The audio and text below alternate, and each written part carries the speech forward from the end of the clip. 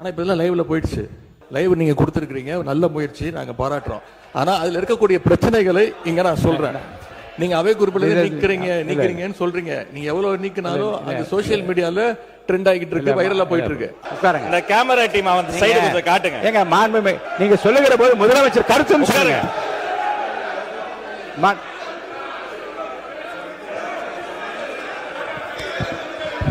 உட்காருங்க உட்காருங்க. நீங்க நீங்க இருக்க, நீங்க எங்க வரீங்க? நீங்க இங்க போங்க, உள்ள இடத்துக்கு நீங்க போங்க. பதில் நீங்க போங்க முதல்ல.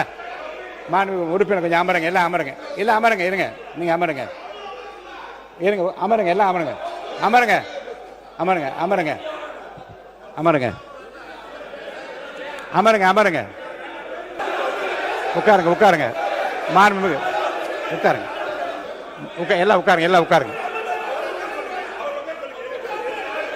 நான் அவங்கள தான் பேச அனுமதிக்க போறேன். உட்காருங்க உட்காருங்கன்னு சொல்றேன். உட்காருங்க உட்காருங்க உட்காருங்க உட்காருங்க.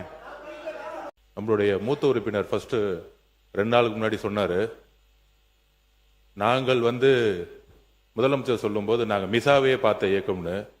நீங்க மிசாவையே பார்த்த இயக்கம் தான். ஆனால் மிசாவையே பார்த்த திமுக இயக்கத்தை தனி பெரும் கட்சியாக எங்களுடைய தலைவர் வெற்றி பெற்று இந்த தேர்தலில் தாவேக்கான என்னன்னு காமிச்சிருக்கோம். அதனால எங்களுக்கு எந்த பயமும் கிடையாது.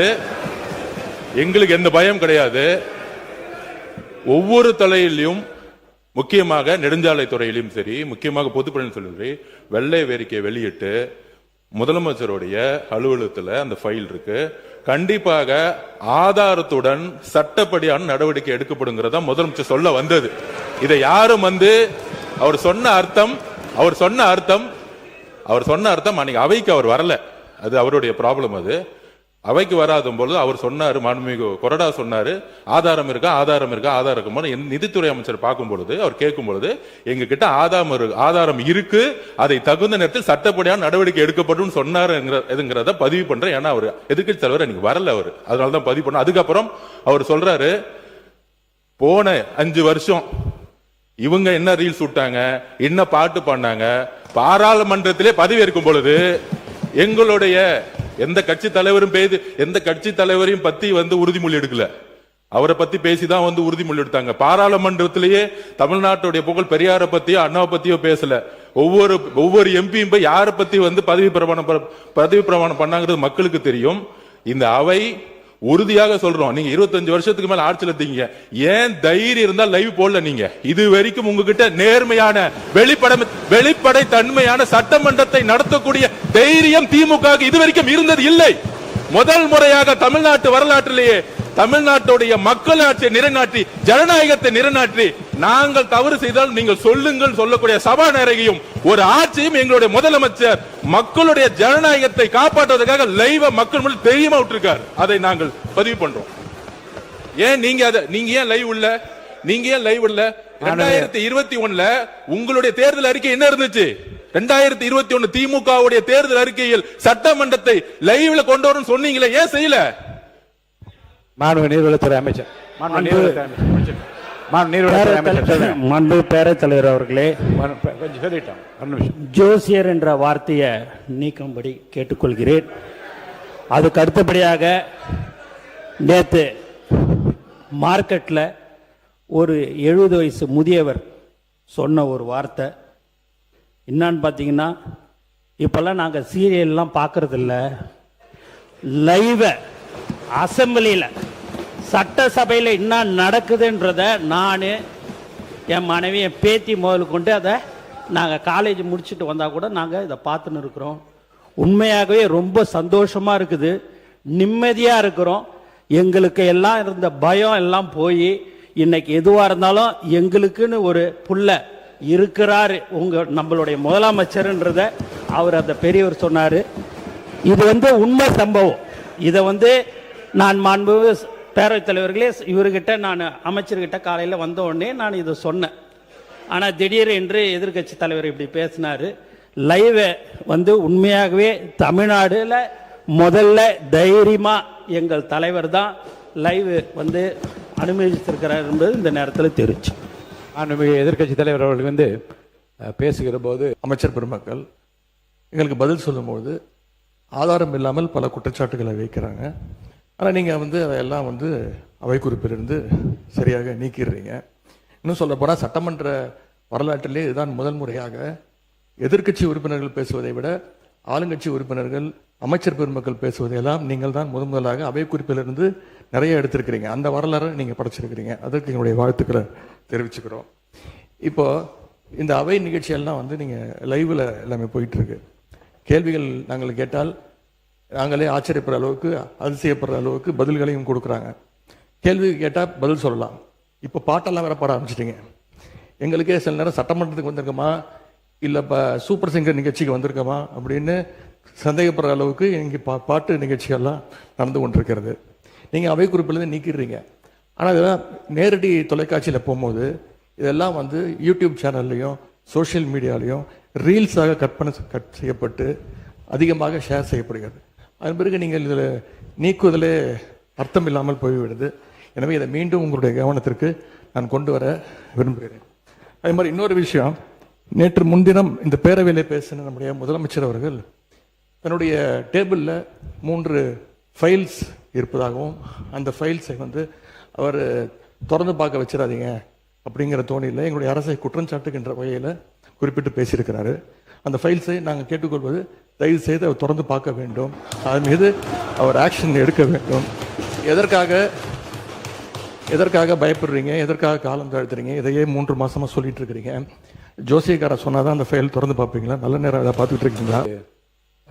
சூப்பர் சிங்கர் ஆகிவிட்டது எனக்கு இந்த சட்டசபை என்று சொல்வது கொஞ்சம் நீங்கள், ஏன்னா கருத்துக்களை சொல்லுகிற போது பாட்டு பாட விரும்புகின்றவர்கள் அந்த கருத்தை ஒட்டி பாடுவதில் எந்த தவறு இருப்பதாக தெரியவில்லை. அது வந்து அது சூப்பர் சிங்கர் என்கிற அந்த வார்த்தை அவசியமா என்று. இன்னொன்று, மாண்புமிகு உட்காருங்களேன், உட்காந்துக்கோங்க. மாண்புமிகு முதலமைச்சரை பற்றி நீங்கள் சொல்லுகிற போது ஜோசியக்காரரை கேட்டு செய்கிறேன் என்று கேட்கின்றீர்கள். ஏனென்றால் மாண்புமிகு முதலமைச்சர் அவர்களை பொறுத்த வரைக்கும் ஏற்கனவே பதிவு செய்யப்பட்டிருக்கிறது. எத்தனை மணிக்கு வருகிறார், எவ்வளவு நேரம் பணிபுரிகிறார், எப்படி கோப்புகளை பார்க்கிறார் என்றாலும் மாண்பு அமைச்சர் பெருமக்கள் ஏற்கனவே பதில் சொல்லியிருக்கிறார்கள். இதில் நீங்கள் வந்து யாரை அவர் கன்சல்ட் செய்கிறார் என்றால், யாரையும் கன்சல்ட் செய்யாமலே சுயமாகவே தன்னுடைய அறிவாற்றலால் முடிவெடுக்கிற திறமை அவருக்கு இருக்கிறது என்பதை 3 மாத காலத்தில் எல்லாரும் பார்த்து கொண்டிருக்கிறார்கள். இன்னொன்று, கோப்புகள் என்னிடம் தயாராக இருக்கிறது என்றால் அவருடைய ஆய்வில் இருக்கிறது என்று அர்த்தம். எந்த நேரத்தில் எந்த நடவடிக்கை எடுக்க வேண்டும் என்பதை பற்றி மாண்புமிகு முதலமைச்சர் இன் consultation with honourable ministers of the department அந்தந்த துறை சார்ந்த அமைச்சரோடு கலந்து ஆலோசித்து முன்னாலே வைக்கிற கோப்புகளை முழுவதுமாக நான் ஆராய்ந்து கொண்டு இருக்கிறேன் என்று தான் சொன்னாரே தவிர அதை எடுக்க வேண்டும் நீங்கள் ஒரு சேலஞ்சாக எடுத்து அதை ஒரு சவாலாக அதை உட்காருங்க பதில் சொல்ல நம்ம மாண்பு உறுப்பினர் ஆஸ்டின் உட்காருங்க. அதை ஒரு சேலஞ்சாக நீங்கள் வந்து ஒரு சவால் விடுப்பது போல் அதை எடுத்துக்கொள்ளக்கூடாது என்று நான் உங்களை கேட்டுக்கொள்ள. மாண்பு எதிர்க்கட்சி தலைவர் பேசலாம். பேரவைத் தலைவர், மாண்புமிகு சட்டத்துறை அமைச்சர் சொல்லுங்க.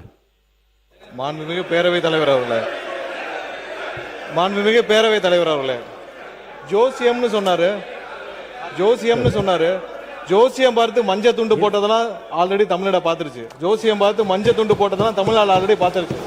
அதனால எதை செய்தாலும் வெளிப்படையாக எந்த ஒளிவரையும் செய்ய தெரியும், எதை எப்போ எடுக்கணும் என்னன்னு தெரியும். எல்லா துறைகளிலும் எப்பெல்லாம் சட்டப்பூர்வமான நடவடிக்கை எடுக்கப்பட்டு வருது எல்லா துறையிலும் எடுத்துட்டு வருது.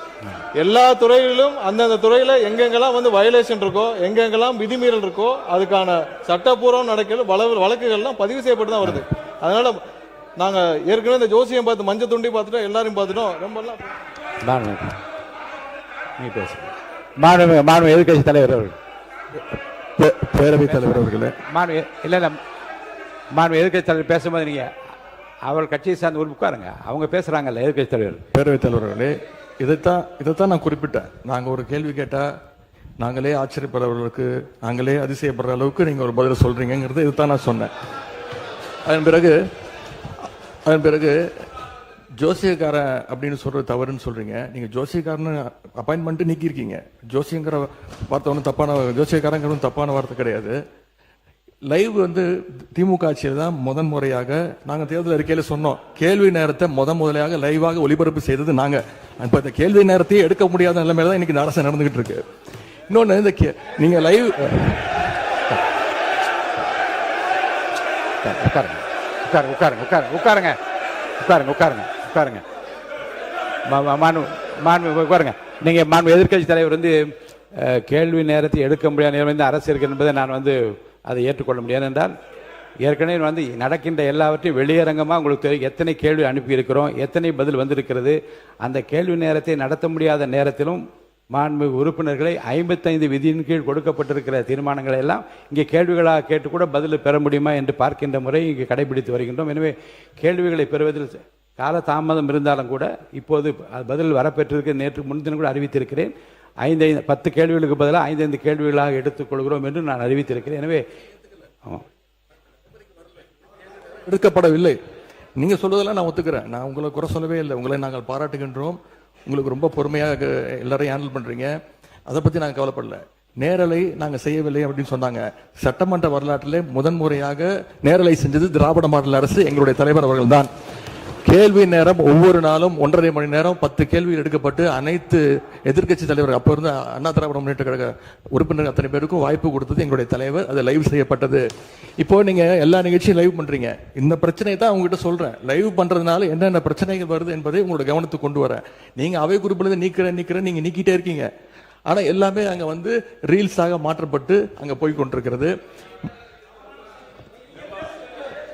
ஏற்கனவே மாண்புமிகு எதிர்க்கட்சி தலைவர்கள் இது குறித்து வெளியிலே இருக்கக்கூடிய நீங்க என்ன உங்க தலைவை கட்டுப்படுறீங்களா? நீங்க பிடிக்கிறீங்க? நீங்க எதுக்கு பேசுறீங்க?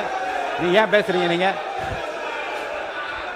மாண்புமிகு எதிர்க்கட்சி தலைவர் சொன்ன கருத்துக்கு ஏற்கனவே திராவிட முன்னேற்ற கழகத்தின் சார்பில் ஒரு மீடியா இங்கே நீக்கப்பட்டதை வைத்து அவர்கள் சித்திரம் வெளியிட்டுக் கொண்டிருக்கின்றார்கள். அதை பற்றி உரிமை குழுக்கு அனுப்ப வேண்டும் என்று ஒரு கடிதம் கூட நீங்கள் கொடுத்திருக்கின்றீர்கள். அப்படி நீக்கப்பட்ட பிரச்சனை குறித்து எந்தெந்த மீடியாவில் வந்திருக்கிறதோ நீங்கள் கவனத்துக்கு கொண்டு வாருங்கள். அவர் மீது உரிமை குழு நிச்சயமாக அனுப்பி நடக்க வேண்டும் இந்த அவையின் சார்பாக நான் தெரிவித்துக் கொள்கிறேன். அதன் பிறகு இந்த முதலமைச்சர் சொன்னது அந்த 3 ஃபைல்கள் இருக்கு. நான் எதுவும் சேலஞ்ச் எல்லாம் பண்ணல. நான் ஓபன் சேலஞ்சே பண்றேன். முதலமைச்சர் அவர்கள் தொடர்ந்து பார்க்கட்டும். யார் மீது நடவடிக்கை எடுக்க உண்மையாக குற்றச்சாட்டு ஆதாரத்தோடு இருந்தால் அவர் நடவடிக்கை எடுக்கட்டும். எனவே சினிமால பஞ்ச் டைலாக் பேசுறதெல்லாம் இந்த சட்டமன்றத்தில் பேசல. நீங்க அப்படி பஞ்ச் டைலாக் இல்ல நீங்க நான் என்ன சொல்றேன், நீங்க பேரவைத் தலைவர் இல்ல பாருங்க